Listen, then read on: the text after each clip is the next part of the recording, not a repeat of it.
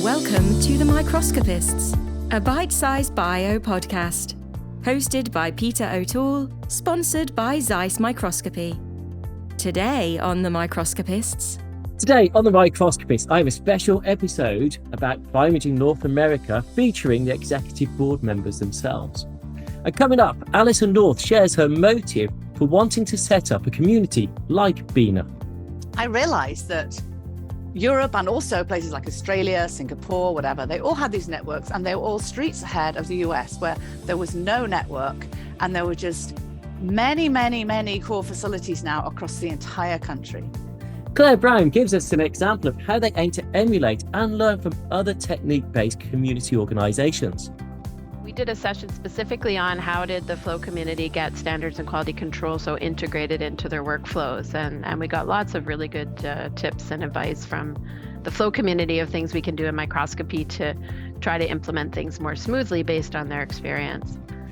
And Nikki Bialy explains how BINA aims to complement rather than compete with other available bioimaging resources.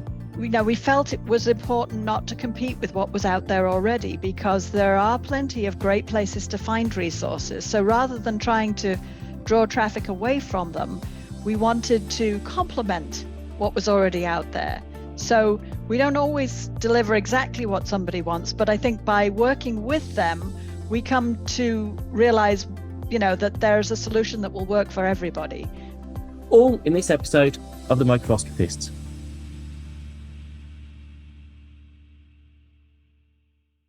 Hi, I'm Peter O'Toole and welcome to this special edition of The Microscopist. Today we're talking bioimaging North America.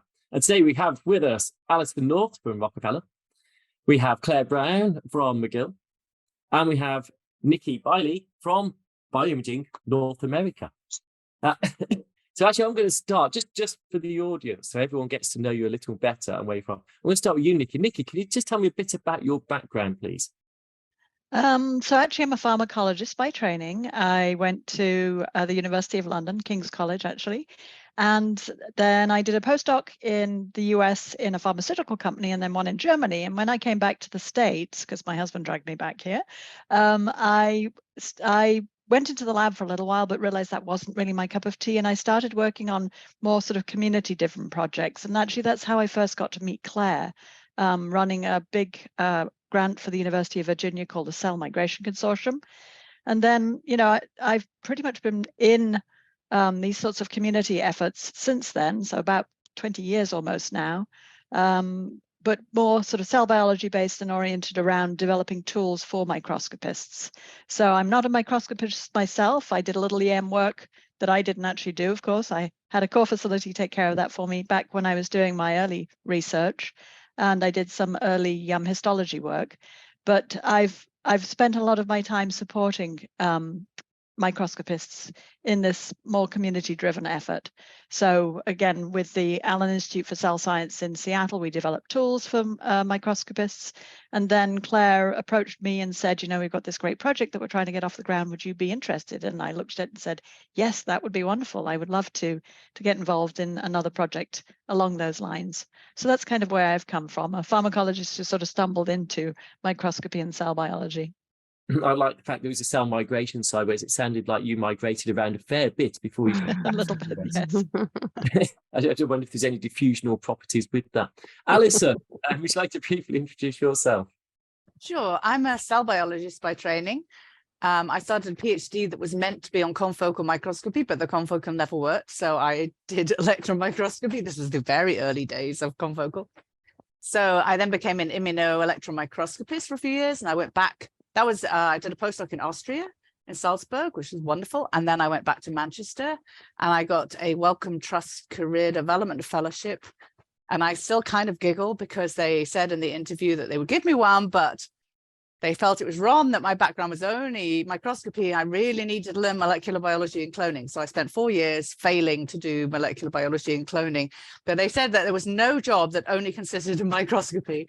And then at the end of 4 years, I was headhunted for this role at the Rockefeller University to set up a light microscopy facility and have done only microscopy since then. And I came here in 2000, which is very frightening. I meant to come for 2 years. and I'm still here. And that says it all. Thank you, Alison. And Claire. So my background is actually in physical chemistry, but I found pure chemistry not so interesting. So I was always interested in living systems. So in grad school, I moved into a lab that was in a chemistry department, but studying cell biology using correlation microscopy techniques. And it was similar to you, Alison. We had one confocal for the whole university, and I used to go in on Saturdays just so I could get a good chunk of time to do my imaging. And then throughout I did a couple of postdocs, again, at the interface kind of between physics and cell biology at the Institut Curie. And then when I was working on the Cell Migration Consortium, I ended up just helping everybody with their microscope stuff. So I kind of became the microscopist in the lab, even though I was a postdoc. And then when the position came up here at McGill, I was like, oh, it would actually be my job to help everybody with their microscope projects. And that's how I ended up here. And I've always loved being on lots of projects and not just focused on one thing. So it's a good fit. Thank you, everyone. So I maybe BioImaging North America, whose idea was it to start with? Who thought we need to come together as a community?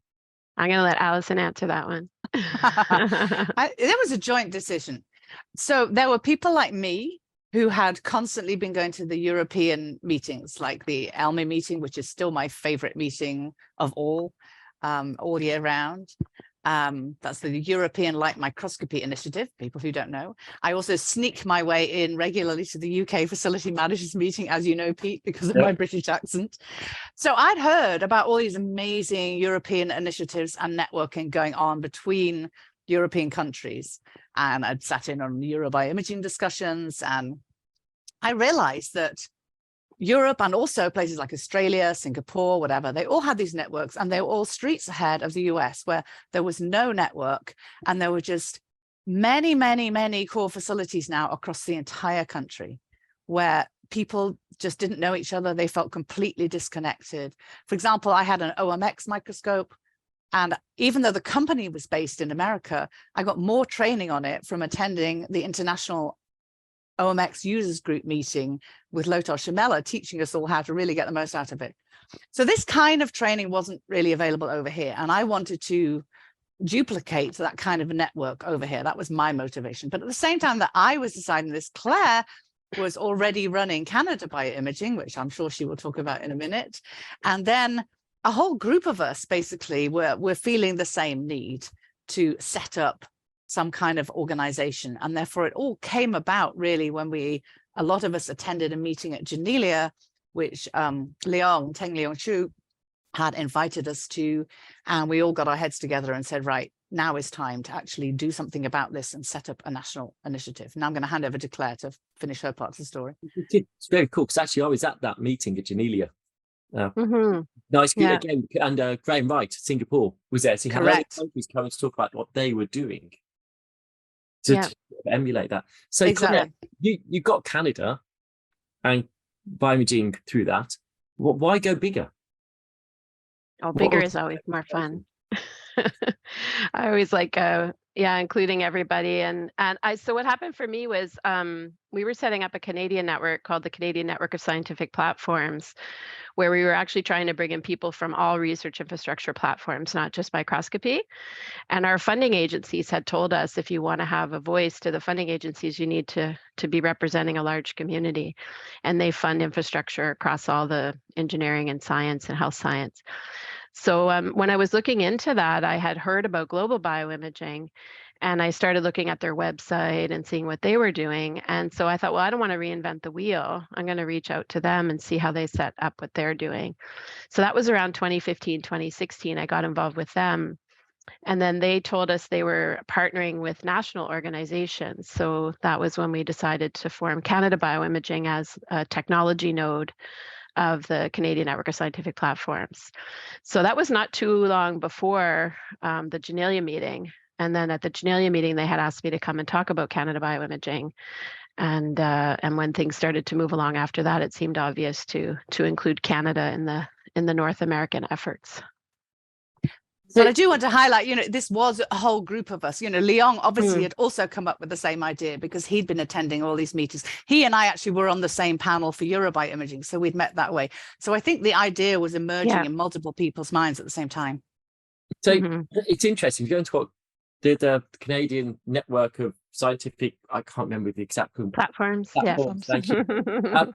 It's not just microscopy. The focus of this one is bioimaging North America. It's bioimaging, it's microscopy, mostly light microscopy at this stage, if I'm not mistaken. Shout me if I'm... But there's no reason what you've done and what we're going to talk about today isn't relevant to someone who does genomics or mass spectrometry or any of the other technologies, or let's go to electron microscopy or even material scientists. It's that network. And how many other networks, similar networks, exist for other technologies across Canada or North America or USA?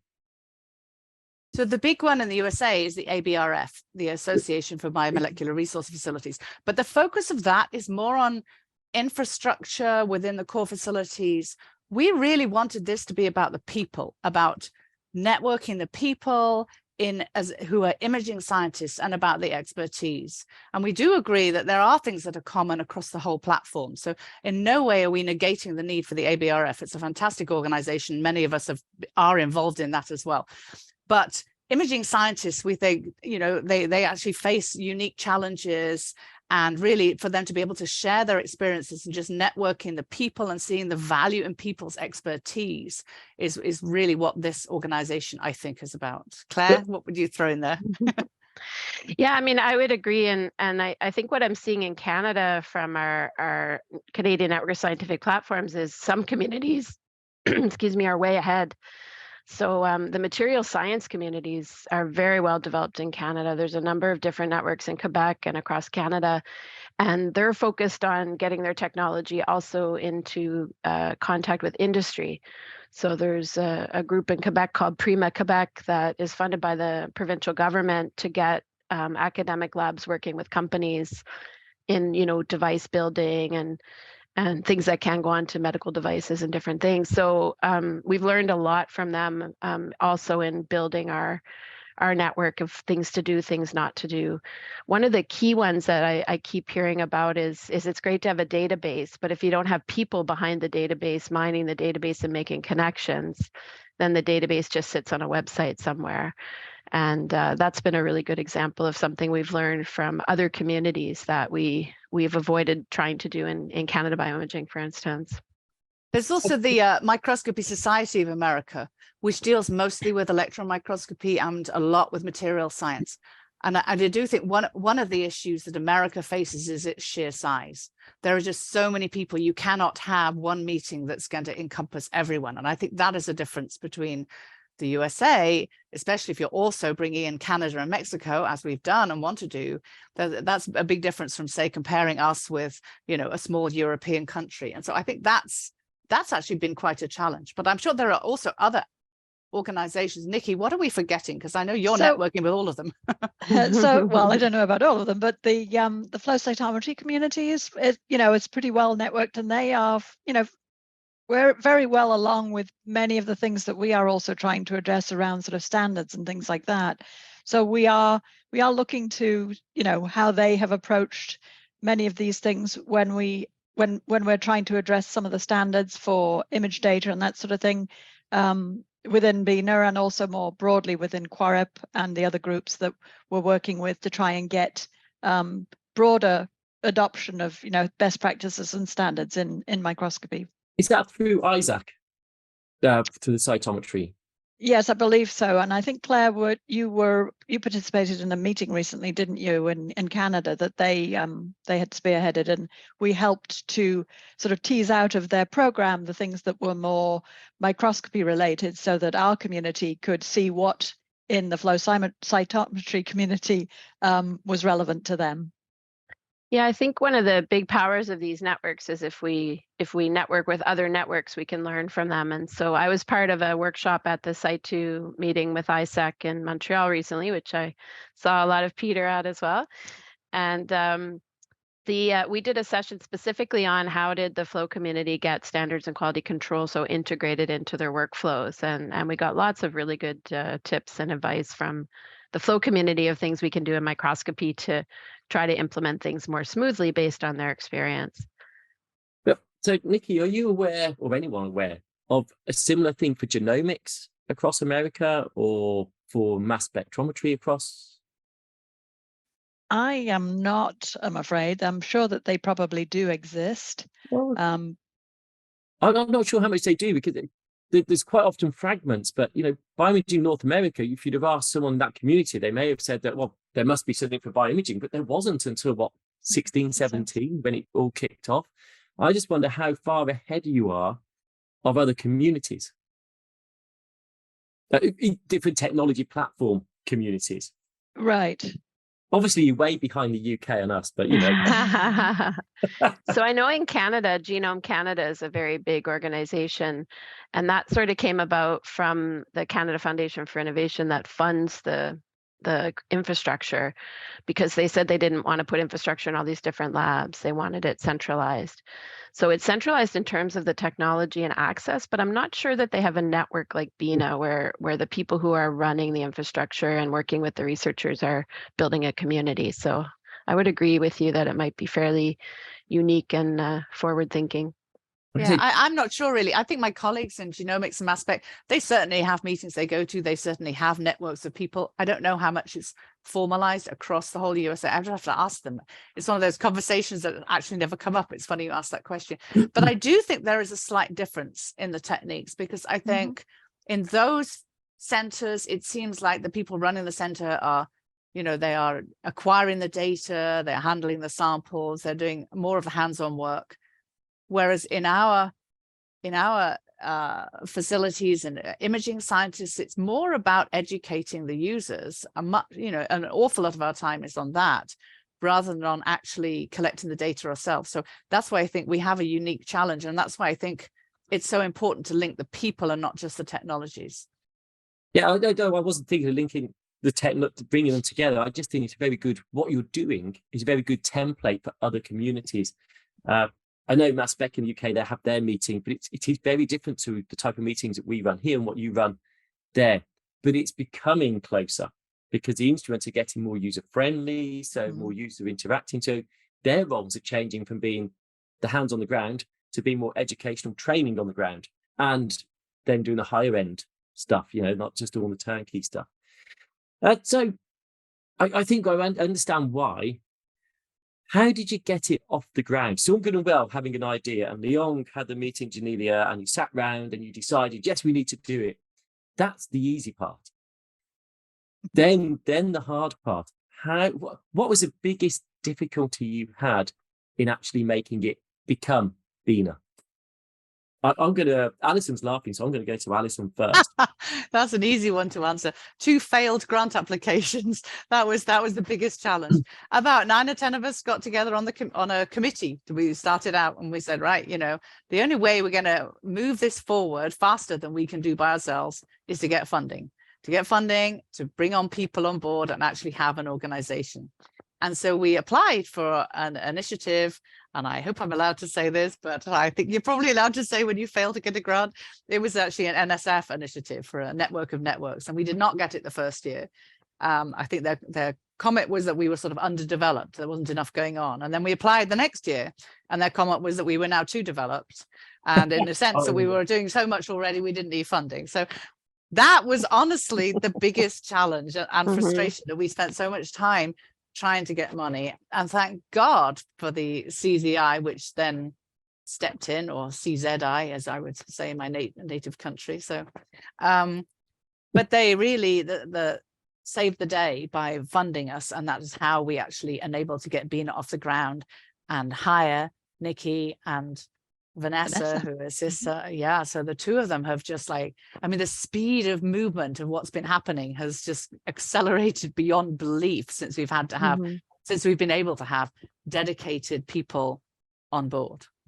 Let's say there's so many podcasts. If we look at the African initiatives, if we look at Latin America initiatives, so much of it comes back to Chan Zuckerberg initiative and CZI. It is. Yeah, CZI, you're right there, Alison, on the second pronunciation. It has been really enabling. And, it's interesting. You got the funding, you could then recruit the staff, and I'm going to go to Nikki now. The advert went out. It's seed corn funding, really. It's quite risky. I would say in the early stages, it's quite a risky job. Why did you say yes? Why did you go for it? Because it's exciting, and I really, so that's what I like doing, is I like building these sorts of things. I like getting in at the ground level and helping, wrestle those challenges to the ground and getting things up and running. As I say, I went out to Seattle to help build the Allen Institute for Cell Science, and again, many of the challenges were new to me, but I enjoy that. I like going, okay, well, I don't know how to do this, but I'm sure I can find people who do, or I can figure it out.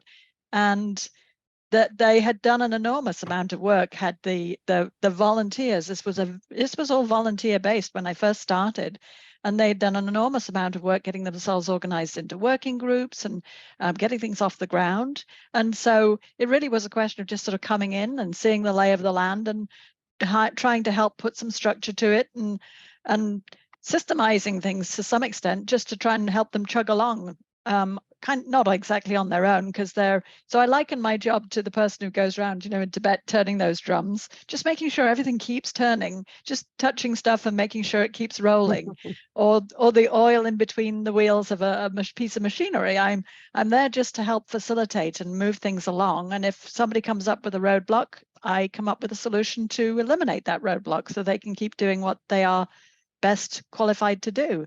So for me, that was the exciting part. Claire, the group said, this is what we're trying to do. And I went, oh, that looks really exciting. I'd love to be a part of that.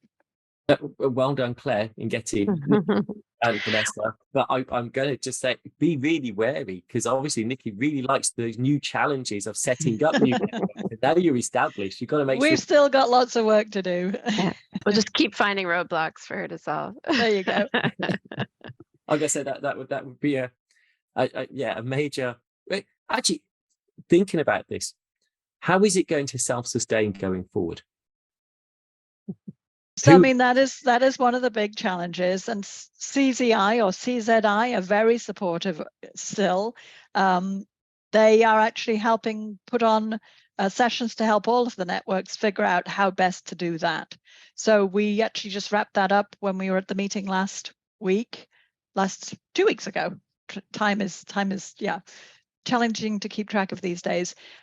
With that in mind, and Young was there, and also Antje from BioImaging and Global BioImaging to share their perspective on things. So they are trying to enable us, and I do think that we are building value that we can demonstrate to other funders. I hope that there's value in what we're doing. It would be a great shame, I think, if this didn't continue, because I do feel that time and money has been invested, which, if a small amount, it doesn't take a lot of money. It really doesn't. A lot of this work really is people are engaged and want to do it. Organizing it and making sure it happens is the piece that's a bit challenging. And as Alison and Claire pointed out, Vanessa coming on board and my coming on board has really helped move things along a lot faster, because we can dedicate our time to keeping our eyes on all of these things and keeping them moving. And I think that they would both agree that this is also critical in core facilities, is having people dedicated to that sort of thing. There's lots of investment in equipment frequently and sort of infrastructure, but it really is about the people that are behind making sure that those things happen. Now, how is the industrial engagement side? In multiple ways, but actually, are companies interested in sponsoring, actually donating money into BINA to keep it together and to help it move forward? And Claire, have you got big sponsors or not? I think the companies are contributing in a lot of different ways. Alison could probably say a bit more after about the corporate partners working group, but we're really trying to, I think, take the lead from the ELMI, from the European Light Microscopy Initiative, where the companies are really partners. So it's not just asking them for sponsorship and come, set up a table at our meeting. We really want to work with them. So we've been really working with them on standards and quality control. We've been talking about ways that they can train people in imaging facilities so they can do some troubleshooting themselves, especially if they're very remote or in areas that it's difficult to get service.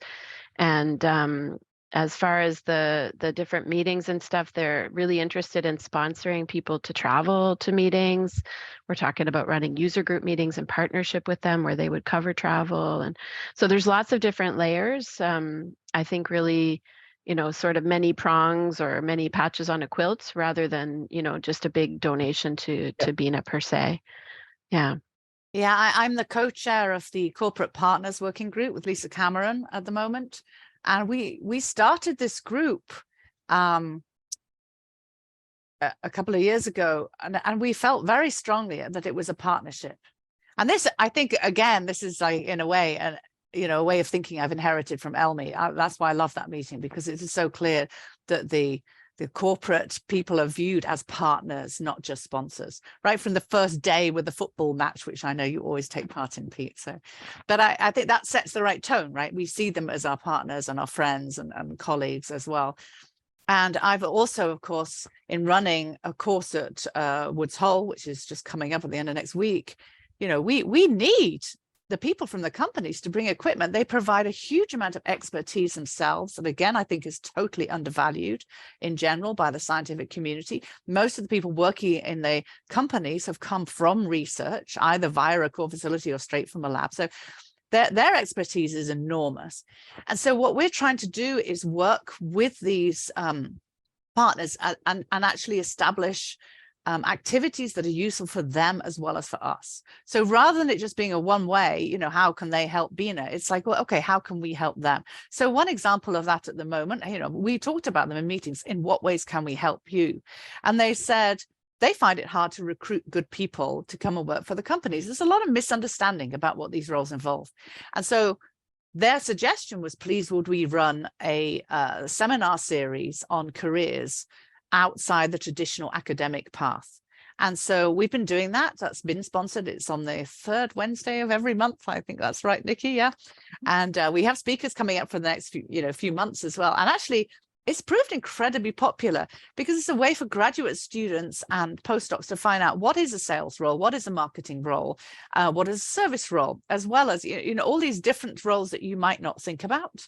So that's one way that we've been working in them. They also offer free internships, which I didn't even know that there are, paid internships, I should say. So, people actually can go and work for them for a few weeks and get paid to do this and to learn about the different roles. But they find it hard to recruit people to actually, take part in these because it's just a matter of advertising and reaching the right community. So they are thrilled to have our community as a way to pass the information along to the researchers. So that's one other way that we're working with them. The Corporate Partners Working Group is about half and half people who run core facilities or in research and people who are in the companies. We're also at the moment, we are putting together a list, a database of support numbers and websites for technical support, application support. This will be a way that, whenever anyone in the university says to me, oh my gosh, my microscope's broken, what are the numbers to call somebody? It'll all be there. And this is all being done with the tremendous help of the database that Nikki has been putting together with Vanessa and with a group and with the help of a professional team. So maybe I should hand it. I think that's something that Nikki should talk about here. Well, Nikki. So yes, we have these databases where we are collecting all that information so that we can make them available. And I think what Alison is also alluding to is the Microscopy DB project, which we've both been involved with. Vanessa and I have helped sort of steer this. It's again a community effort. It's not strictly BINA. It's a community effort. Elmi are involved with it. The global bioimaging team. There's a whole bunch of partners involved, and the hope with this was to try to get as much comprehensive information that's related to microscopy to as many of the communities as possible with the lightest lift. And so what we had realized is that there are still plenty of good places where you can go to find this kind of information, but it's often not comprehensive because it means you have to go to multiple places to put that information. So for example, if you have a job, or if you have an event happening, or you have a training or education resource, you tend to migrate to your own community website to put it into their resource database, which is great because you want your community to find it, but you would also probably quite like everybody else to find it. So by partnering with this Microscopy DB, which sort of underlies all of this, you can put it in and at the website that you usually go to, if they're partnering with Microscopy DB, and I think we have 9 or 10 partners now, and it will automatically then get disseminated to the other partner websites.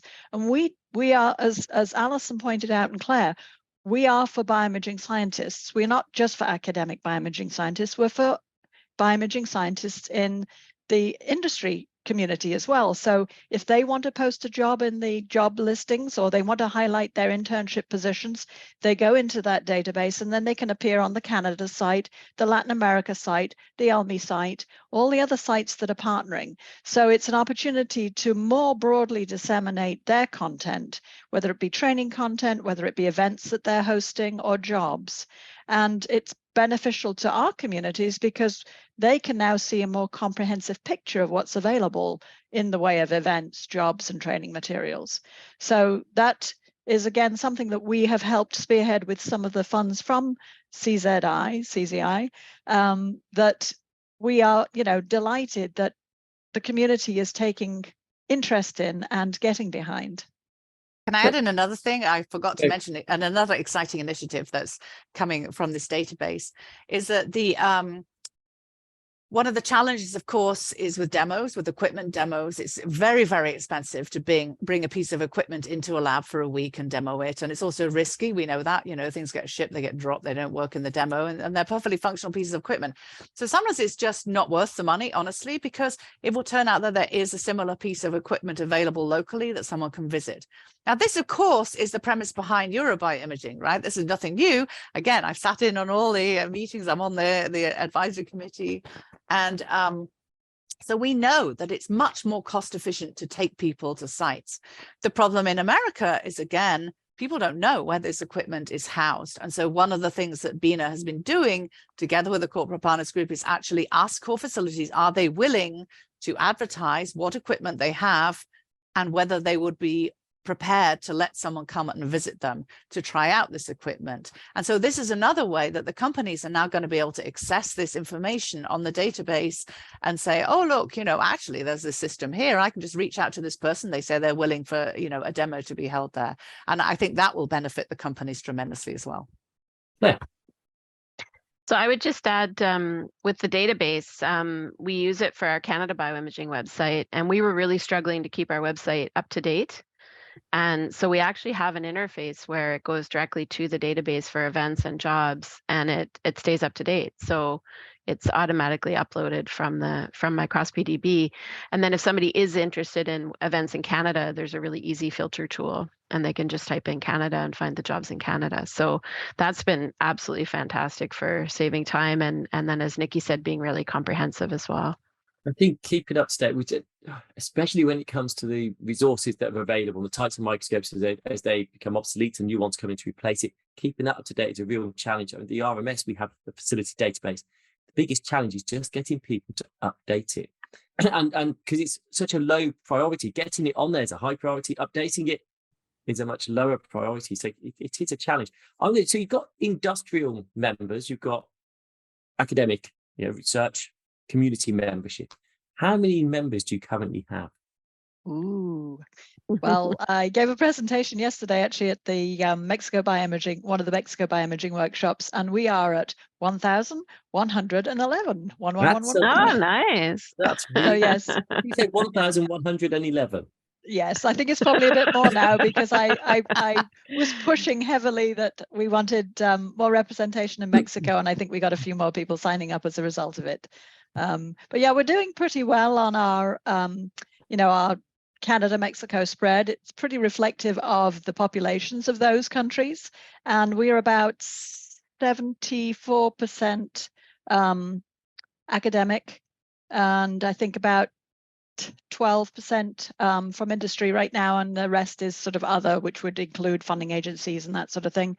So we are slowly trying to increase that corporate partner membership, but I think they often don't feel like unless they've had a chance to speak to us, they don't realize that this is open to everybody, because there are other spaces where they're not allowed to play. They're not allowed to submit their stuff, or they have to say, oh, I'm corporate, and be very clear about the content that they're sharing. They can't submit jobs, they can't submit events and things in some of these areas. So as Claire was saying, we've had very positive feedback about the Microscopy DB content, and that people have had a much broader or diverse representation in applications for courses. They're seeing that their applicant pool isn't just coming from their usual sort of general demographic. They're actually getting applications from a much broader pool now, because more people are able to see them. And in fact, the database that Alison was referring to, it isn't actually it's the same back end, but it's a BINA base. It's not a Microscopy DB base. It is to highlight where our core facilities are in Canada, Mexico, and the US. And it's a little bit lighter lift, I think, than the RMS one, in the sense that we direct people to the core facilities website. Again, we try to push traffic. We try to use what we have as a way to elevate somebody's existence and push traffic to them, rather than diverting traffic from their pages. And the boxes that you can check are actually helpful for us, because we have this exchange of experience, which is a bit like the Global BioImaging's job shadowing. So if you go to that, you can filter all the facilities that are in Canada, Mexico, and the US that would be willing to host an EOE, and then you can select another box that tells you what technologies they have and what instruments. So you can go, oh, well, that's what I'd like to learn on. So it helps us with that program, but it also helps the corporate partners if they're looking for somebody to collaborate on and they're looking for a specific technology. It sort of helps narrow down the field of people that they need to reach out to. And some of your members are non-American. But Sorry? Well, I'm for a start, and I know other from Europe are members as well. Really more for keeping up to date with what you're doing and how it's progressing. So it's interesting from outside. So you don't have to be from North America either. Alison, you were going to say something. Sorry. Well, first of all, that actually, you say it's for you to keep up. It's more for us to keep up with everything that's been going on in Europe. We didn't want to reinvent the wheel. So all of our working groups have got international advisory members, I think, because we know that there are all these initiatives going on elsewhere, and we just don't want to duplicate efforts. I was going to say the fact that I got it wrong just really confirms why it's so important to have Nikki and Vanessa there, because these are the kind of things. No, it's all right, Nikki. I'm just saying it wasn't wrong, Alison. It's a technicality, because it's the same stuff on the back end. It's just not in the main. But this is the point. I don't have time to keep in charge of, on top of all these things, because I have a job to do in the facility as well. And that's been so tremendous with Nikki and Vanessa. And one cannot emphasize the importance of the number of times that I've dropped the ball on something, and then they just give us a polite little reminder by email. And it's like, oh, yes, we were supposed to be in that. This happens every time before the corporate partners working group. They send out these emails and reminders. But that's what's been so enabling. And the other thing that's been so great with BINA, I think, is that because we've had a small number of people sort of involved from the beginning, in a sense, setting it up. And we now are getting more and more people. And that's really critical that the working group spread and amplify the effect. But I do love the fact that, I can have an idea and I can just say to Nikki, oh, we think this would be a really good idea. And they're just so positive. They're like, oh, we can make that happen. And then they make it happen. And that's just tremendously exciting. But how much I was going to ask, and maybe for Nikki on this one, you get given the ideas, but how much do you then rely on the volunteers to help deliver those ideas? So generally, if they've come up with the ideas, they know what it is that they want. So they have to be a part of finding the solution, because we want to make sure that they get what they want at the end of the day. The Microscopy DB project didn't exactly deliver what was originally requested, just because we felt it was important not to compete with what was out there already, because there are plenty of great places to find resources. So rather than trying to draw traffic away from them, we wanted to complement what was already out there. So we don't always deliver exactly what somebody wants, but I think by working with them, we come to realize, that there's a solution that will work for everybody. And I think that they are an integral part of finding the solution is what I would say. Okay, and Claire? So I'd just like to add, and this kind of goes with the sustainability of the network as well. And when we were brainstorming early on in the formation of BINA, we really focused the working groups around the problems and challenges of the community, and made sure that the people who were leading the working groups were people who were really vested in this, but also that it was maybe part of their day job, because all of us are volunteers who are doing the work. But if I'm volunteering in a group, say our Lattice Light Sheet user group, we've just purchased a Lattice Light Sheet in my facility, so it makes sense for me to spend time networking with that group and setting up meetings and reading the literature, and so we've been really conscious of aligning with the needs of the community. And I think when you see organizations that don't sustain, it's because they come up with an idea that aligns with the community, but then they don't check back and say, is this still what the community needs? Is this, do we need to pivot? And I think that's something I try to bring to our board meetings and stuff, we need to constantly be looking for feedback of what we're doing. And should we do this event again? Should this working group continue? Or is there a gap that we need a new working group? And okay, we need a new working group, but then we also need someone who's willing to take a lead. And so I think it's kind of creating the structure to enable the community, but then really ensuring that we're aligned with what the community needs. Yeah, Alison. I just want to add, yeah, we've said all along, I mean, it's a huge amount of work from the volunteers, on all of us who are really deeply involved. It's a huge amount of work. So it's only worth that amount of effort if we feel that something really positive has come out of it at the end. And so we, keep polling the community this. And I think it's very heartening and encouraging when you hear positive feedback from people. So last week, I was at a course in Montreal, which Claire was running, a Train the Trainer course. And there were several people there who said to me how BINA had really changed their lives. These are people who work in core facilities where they're the only person running there, and they just felt very, very isolated and like there was no support, nobody to talk to, and they wondered if the challenges they were facing were unique to them. So to hear back from them that these things have really made a huge difference in their lives, it's like, okay, now I feel that all the work was worthwhile. Mm-hmm. So I've got two questions. I'm going to come back to it. What is your target? Do you have a target number for the end of this year? And what are your targets for membership? Do you have any targets for your membership?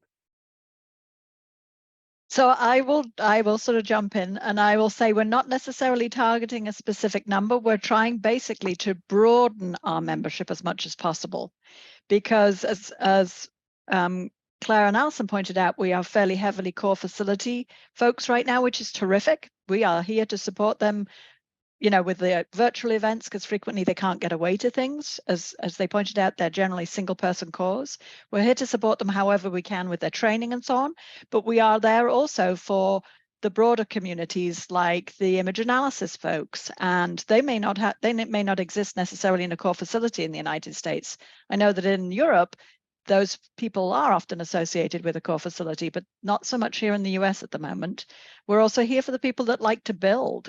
So we are trying to broaden our membership in those areas, and also people that are just generally underrepresented, whether it's geographical or, cultural, ethnical. We are trying to be as encompassing as possible to bring what we all feel is a phenomenal career opportunity and way to do research in microscopy to a broader community, and let them know that this group is here to try and support them in that. So we have an early careers group as well. It's not a working group as such yet, but it is a group of youngsters who are just wondering, is microscopy for me? Is that where I want to end up going? And again, we have an early interest group around builders, which is going to, we hope, solidify and become a working group at the meeting in in Mexico in September. So I think rather than a specific number, I think we're talking about, that. Alison? I was just going to say, I think I've really noticed it in the careers seminars. I've been thrilled to see names I don't know, almost exclusively, because I think the early BINA events, the networking events, It was lovely. But it was on the whole people that we already knew in core facilities. And it's been very exciting to run these careers talks and look on and see a list of 40 names, 35 of which are unfamiliar to me, because that means that new members are coming on board.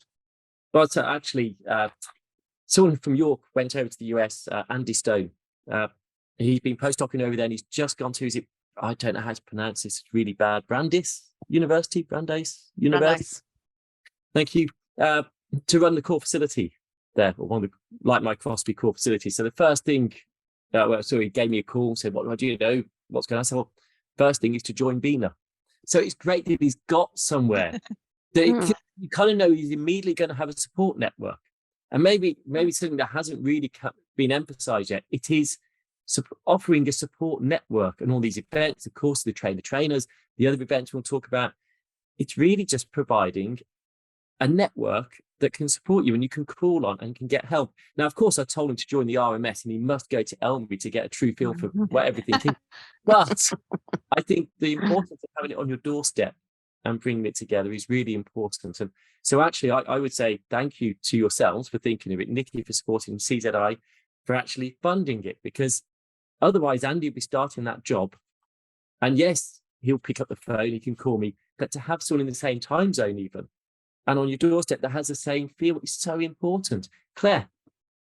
I just wanted to add, we had this Train the Trainer course last week here in Montreal, and we had a huge number of people from Mexico, which I totally credit to BINA, because I met all those people through the Global Bioimaging BINA workshop last February.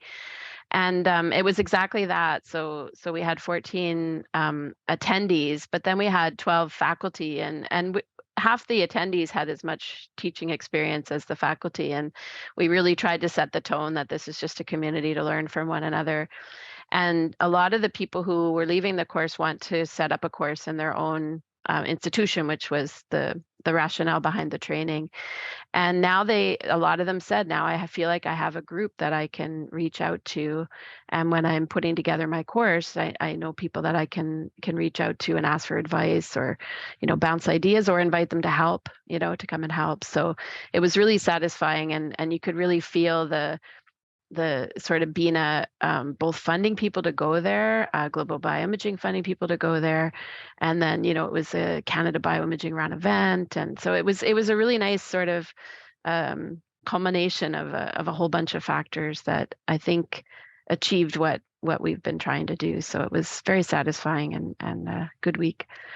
But I just want to add to that, as one of the people who was deemed to be faculty, I learned so much from the Mexican participants. I couldn't believe it. And particularly, of course, they are way ahead of me and many other people when it comes to outreach to people who haven't even heard about a microscope. That was so interesting to me, hearing how do you approach someone who's never seen a microscope. So the amount that we learned from each other, it was incredible. You not practice that every time you're in a taxi and say, what do you do? Like, oh. You say, I play with microscopes. They're going to think about this little school microscope, not what it can really enable and how important it is behind almost everything. Actually, there's almost nothing in our lives that a microscope isn't involved with in some way. Both materials through to the aeroplanes that you're flying on, through to the medicines you're given. It's always good to bring that in. We need more microscopists coming through. It is the only technique that matters, isn't it? You'll get full agreement here. Don't let my staff hear that. And of course, cytometry and genomics and metabolomics and those interactions. Everything else, of course. Okay, so I think it's also the sort of networks within networks, and the support for that we're offering our community in North America. As you know, because you've done these with other communities, they're supporting in their local community, but we are all getting together. So we have a regular meeting with the administrative side of a lot of the other networks to just touch base with them, find out what's happening in their community, what they're doing. And Global Bioimaging is sort of the umbrella organization for all of us. And I think it's important that there's this system to be able to filter up and bring back down, and filter up and bring back down, so that you can reach the broadest community, but you can also filter things up to try and get consensus and agreement on what, say, best practices might be, or best trainings, and then filter that back down again. So without this sort of structure of all of these communities connected in a network, it's difficult to implement something that everybody that would then adopt that's sort of standardized. So I think that's another strength of just all of these networks. We all work together to try to provide that environment to enable that kind of great microscopy. Yeah, Alison, I was going to actually, one of my questions is a lot of what you do is best practices and pick and mix of looking at what can work for you. It may be different to what can work for Laby, for Africa, for Europe, for UK. It's a pick and mix of what works best for your community. Alison, sorry, you were going to come in with something. No, I was actually just going to add in something else, which is on the science front. I mean, I find it impossible to keep on top of the literature and everything that's going on. And as you know, that's the importance as well of going to these meetings, that we hear about all the science going on. And while we were at the meeting last week, Adan, who was a representative from Mexico, and he taught me about the work he's doing with a new image analysis method, in effect, to get super resolution data out. And I'd missed that paper. And now he sent it to me, and it's like, again, it's just learning from these people. So I don't want it to sound as though, either that they're only involved in outreach. There's incredible high-level science going on in all these different places that it's just very hard to keep on top of. And so that's another reason why the networking is so important.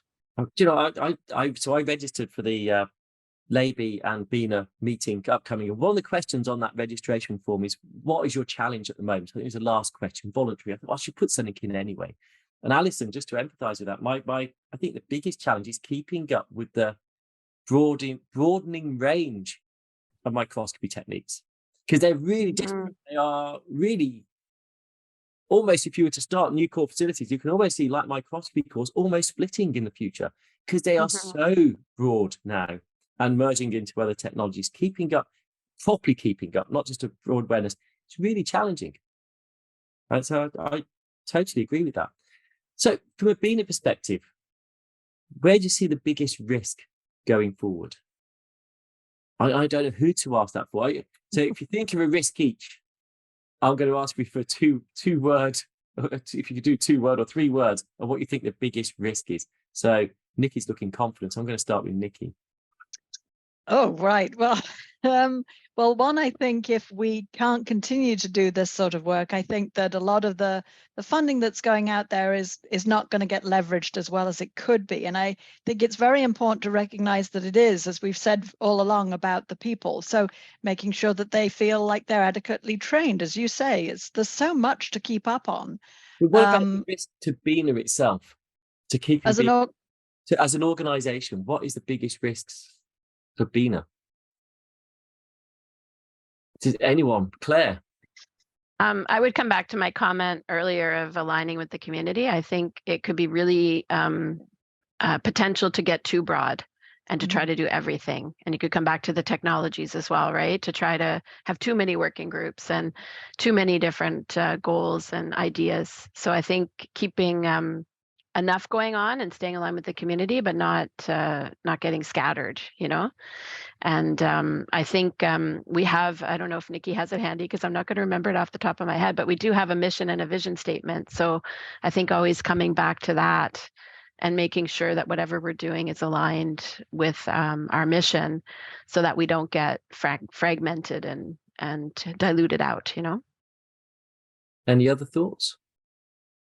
I would say my biggest fear is that the initiatives, that the actions that we're taking will reach core facility people, but not translate into the people doing research in their own labs who are minding their own microscopes. I mean, a lot of, you were talking, Pete, about standards. And of course, all of us are heavily involved in QUAREP, quality and reproducibility and like microscopy. We're trying to establish a set of standards. And, one of the things that we're trying to implement in a working group I'm on is to try and set a checklist that the journals will implement for what you have to report in a paper about the microscope or the images or these kind of things. And I'm nervous because, suddenly we all know the importance of these standards. We all understand that without them, you can't do reproducible science. But it is going to impose a lot of work on people who are not used to doing this. And so I'm just acutely aware that unless we get all of the researchers on board, nationwide, that they all understand the importance of these initiatives, that it just won't move forward as a whole. So I'm interested, none of you are concerned about the funding of BINA. I think that's what Nikki was saying. I mean, that's how I took hers, or I'd have said that. Yes, I think that was where I was going, is that, if the funders that have been funding us thus far obviously want to try and find others who will be willing to step to the plate and help support this kind of activity. And if we don't get anybody doing that, yes, I think that we will lose out on something that really is gaining momentum and adding extra value to the dollars that are being invested elsewhere. But you are now developing courses and events, different courses, different events. So they must, hopefully, will start to recover their costs and the background staff costs involved. So Nikki, Vanessa's salaries can start to surely be recovered within that. So right now we don't have membership for BINA. It's free, and that is intentional because we want people to join and get engaged and be involved. And we are looking at different models for sustainability. And what we are hoping is that some of the resources that we are producing become sufficiently valuable that funders realize that it's important to keep them going. The Microscopy DB, the equipment database. I mean, certainly in the United States, when infrastructure funds go out, they often are looking to find out what other infrastructures are there in the area. And if you could go to the BINA site and see on the map, oh yes, look, there's this instrumentation there, that makes the life easier of the funder, but also of the person who's submitting the application, because they can find out quite easily what is in their local vicinity. I think that the way that Eurobioimaging is organized, where really it's very clear where the technologies are and the instrumentations are, it helps their funding agencies know where to deploy their euros more effectively. And I'm hoping that we are producing the sorts of resources that appeal not just to our community, but to people who are in a position to help support us with maintaining it. And that also includes, the vendors. If they find it useful to know that there's a collaborator with that kind of expertise in that area that they could reach out to. Claire? I would just say we've been working a lot in Canada to try to talk to the funders. And I think one of the challenges is that they don't really understand what we do. And I think a lot of people think a network is you set up an email list and you email everybody about stuff that's going on. And I think this podcast will be a great resource. And I think we need to continue to talk about what we do. And what became really clear for me recently is that we're what would be a horizontal organization, and that we're helping everybody use microscopes. So we're not focused on cancer or immunology or material science. We're really focused on microscopes and bringing that to all researchers. And the funding mechanisms tend to be set up in silos, right? That they're funding very specific projects. And at the CZI meeting recently, we had NSF and NIH, and the program officers were fantastic, and they really, really wanted to help, but they were trying to find programs that they have that we fit in. And it was very clear that we really don't fit in and that they need new programs. And so I think that's a bigger ask, right? It's really a change of culture, a change of the way of doing science. And I really think that these networks and even facilities in general are asking for a change in the way we do science and really transforming how we work. So I don't think it'll happen quickly, but I think if people get it and we find ways to communicate the value of what we're doing, then it has a tremendous potential. I think that's a really good point. And I think this is also where that pick and mix and looking at different countries. UK, Alison, you mentioned the facilities meetings that you gate crash because your English accents, but actually anyone is welcome because it's sharing best practices. But actually all our major funders are there. The Medical Research Council, the BBSRC, so for the biological, non-medical research side researchers, the physical EPSRC come to that meeting as well. Wellcome Trust quite often attend.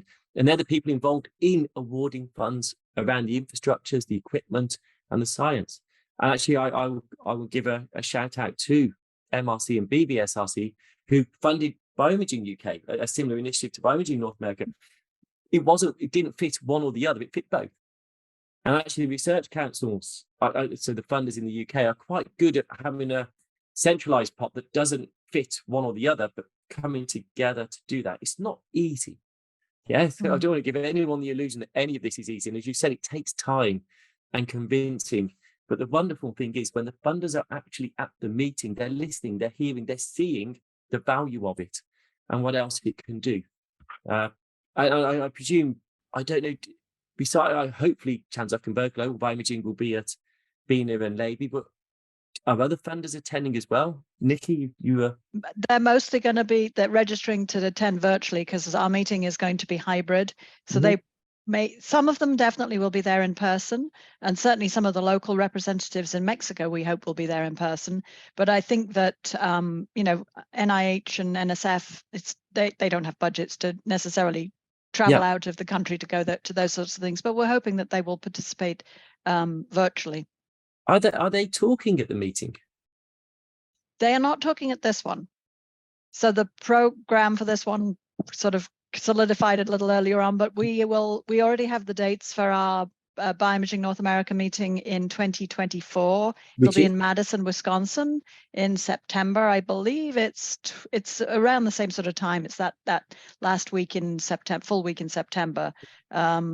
Yeah, I can't look at my calendar because that's 2023, but it's the same sort of general time. And we are piggybacking it with another meeting that Kevin Eliseri is going to be organizing around open hardwares and that sort of thing. Oh, so cool. We're hoping to be able to, you know, bring more folks from the funding agencies to that. But as I say, we hope they'll participate virtually with this one. And I did just want to say that, you know, the way we recognize good science is going to have a culture shift as well. We're pushing for fair in all that we do, but fair generally means that you need to start being a little bit more collaborative. So, you know, recognizing ways of demonstrating and measuring that you are being collaborative, that you are sharing your data, and you getting points for that when you apply for funding is not there right now. And I think we need to find ways for that to be possible.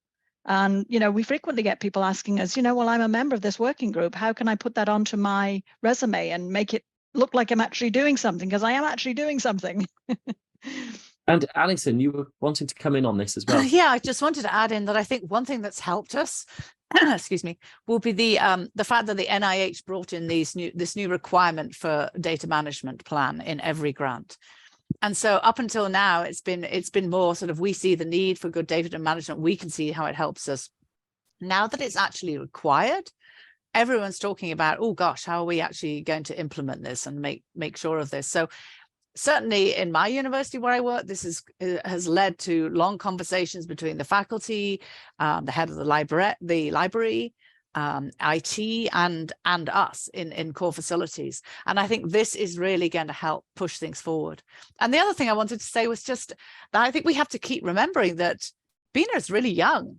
I mean, I've come to the ALMI meetings and I've heard year after year after year the update on BioImaging, and I take my hat off to Antje Kepler for this publicly, because, you know, so many times she would talk about this and you felt like, wow, you know, when are they going to get funding? And now they've been applying for all these grants, and I think when they spoke last year, they got 7 grants they'd apply for or something. I mean, it's extraordinary how that team have really pushed it forward. And so, you know, I am worried about BINA funding. I don't want to see all our work come to nothing, but I also feel hopeful because I just think the sheer passion of everyone who's involved in these efforts, we don't want it to fail after all this work. And we've only been formally in existence since 2018. I mean, that's nothing, you know?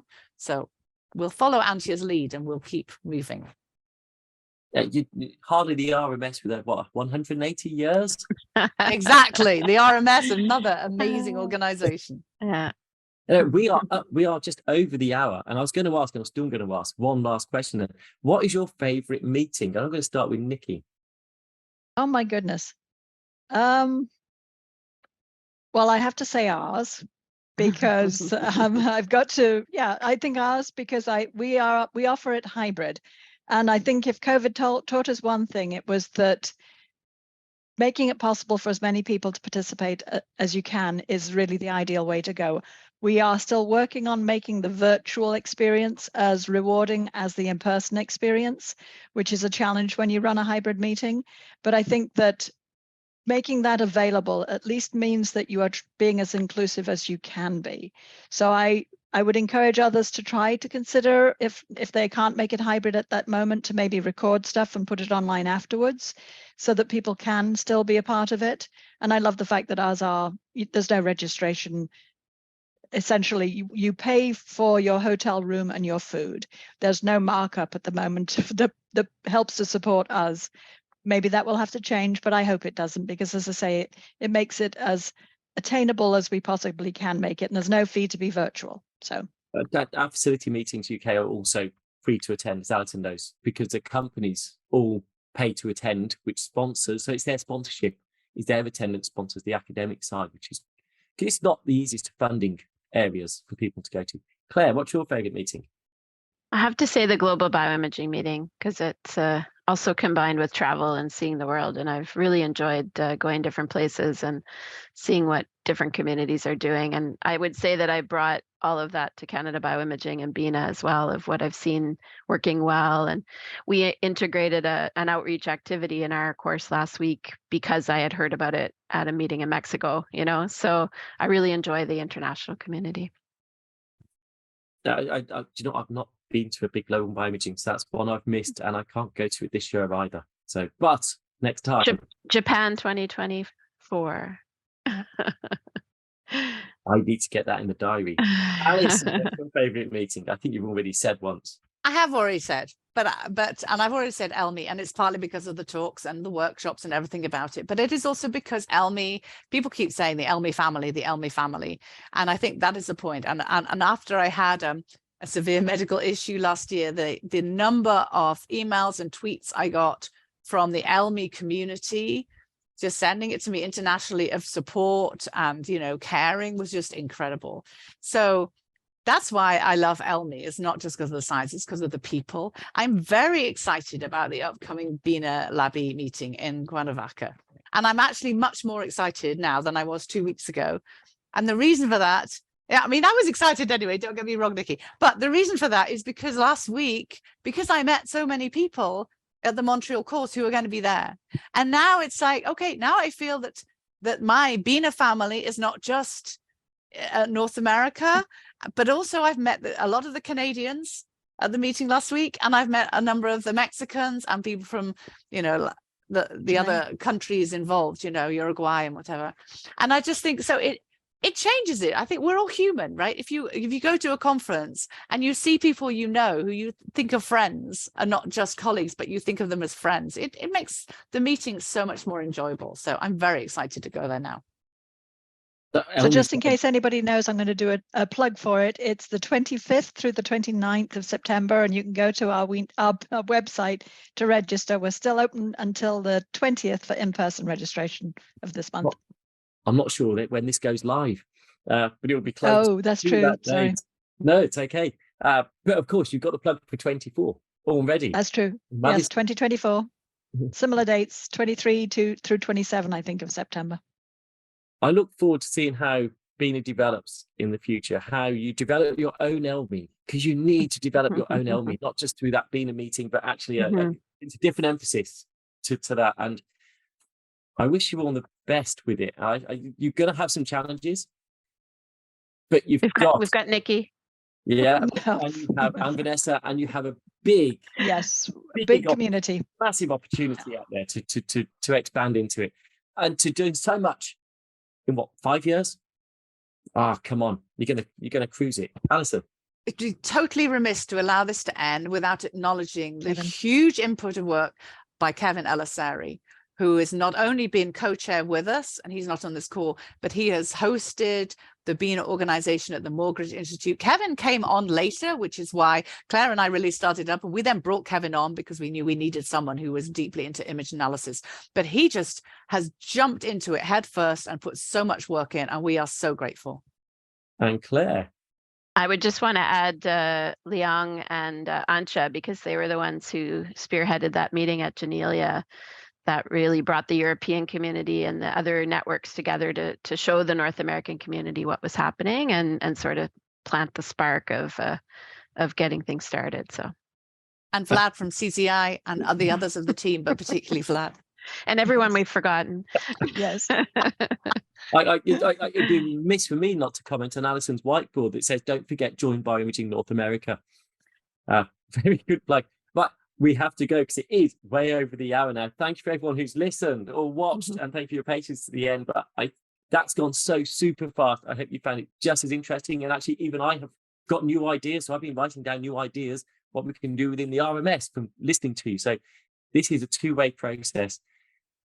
Everyone, brilliant today, but what you're doing is fantastic. And I wish you all the best in the future. Thank you. Thanks, Pete. Thank you, Pete. Thank you. Thank you for listening to The Microscopists, a bite-sized bio podcast sponsored by Zeiss Microscopy. To view all audio and video recordings from this series, please visit bitesizebio.com/the-microscopists.